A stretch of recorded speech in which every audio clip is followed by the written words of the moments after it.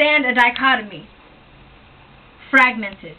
Two halves awaiting. These stories like fire beneath my chest make me suicide, and as this skin falls from flesh to ash, this story it burns like white phosphorus on skin, like crack in the kitchen we are burning. White phosphorus and crack have more in common than the color. 1. Nene is 12 years worthless. Been bagging rocks since 7. Learned to hold it under her tongue in case it gets hot. Sucks on her orange Tootsie Pops and holds poison beneath the divine brown of her face. See, for daddy, Nene will do anything.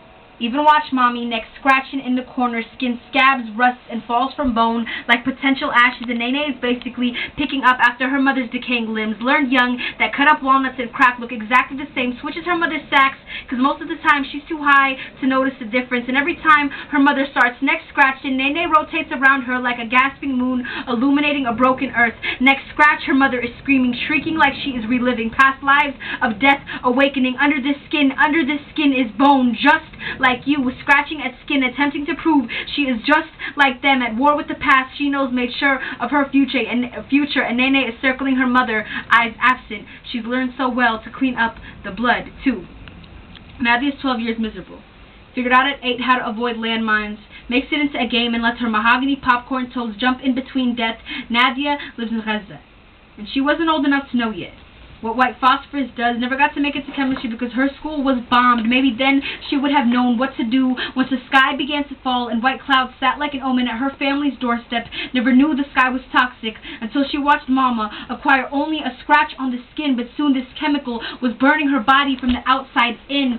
See, Nadia is from a family of farmers, simple people, of olives and pride. They were never told that water only makes it worse, burns the skin quicker, like pouring Holocaust on flesh. Nadia's mother is wailing, shrieking like she is living. Under this skin, under this kin is bone, just like you. Let me show you, my death is enough proof. Nadia is a revolver, a grim reaper, waiting. She stands around her mother, a lost moon, sunken beneath the gravity of life. She already lost Ahmed, Muhammad, Tariq, Fatima, all with one blow. Wields her bucket and mop. She's learned so well to clean up the blood. 3. I can't help but find it strange that even though 66% of people who use crack are white and Hispanic, 80% of people incarcerated for it are African American.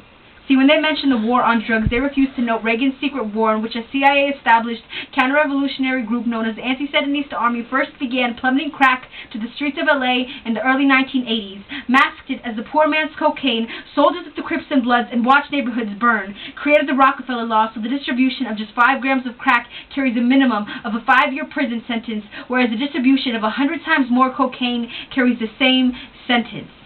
This war on drugs and these war crimes like plump, glutton flesh eat away at my people, and I can't help but recall foggy images of the Opium War, broken men sedated on sides in crack houses, families cracked, the UK poisoned the shores of China, and when the Chinese government tried to rid their society of an opium-coated blindfold, the UK threatened to go to war unless they were allowed to keep pushing the state of sleep and sedation, and I guessed we are just worthless. I've come to realize that this misery is the most Palestinian thing about me. The skin I scratch with an attempt to prove where the fuck I come from. I've known these girls, Nadia and Nene, still live in this memory. Chicago, my home of diaspora, taught me how to say what I mean and mean what I say. In Palestine, the flesh of my flesh, my lost lover, I await you. So fuck you if you think I write too many poems about Palestine. I don't think you write enough. We are burning. Chicago and Palestine aren't as different as you think.